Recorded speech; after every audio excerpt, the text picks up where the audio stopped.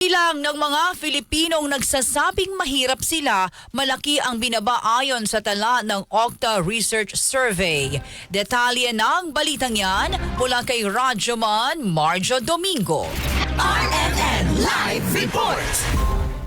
Sa pinakahuling tala ng Okta Research Survey, bumaba ang self-related poverty o ang mga Pilipinong nagsasabing mahirap sila.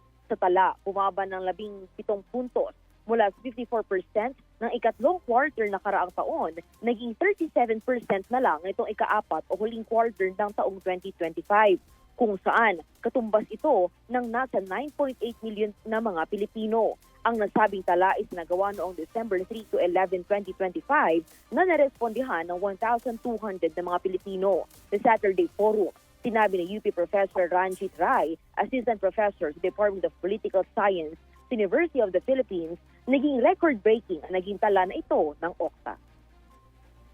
Medyo grabe ho yung pagbagsak. At sa Okta ho record-breaking ho yung pagbaba, lalo sa self-rated poverty at saka food poverty.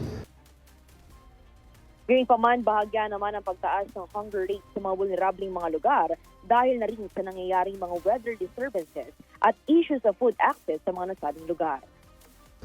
Ang counterintuitive, ang parang iba na findings, ba't tumaas yung hunger, no?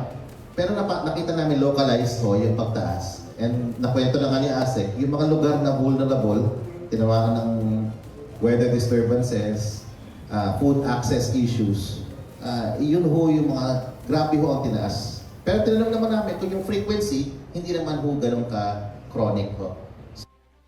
Ayon pa kay Rai, maganda na rin na pasado na ang 2026 budget na nakafocus sa human development ng bansa.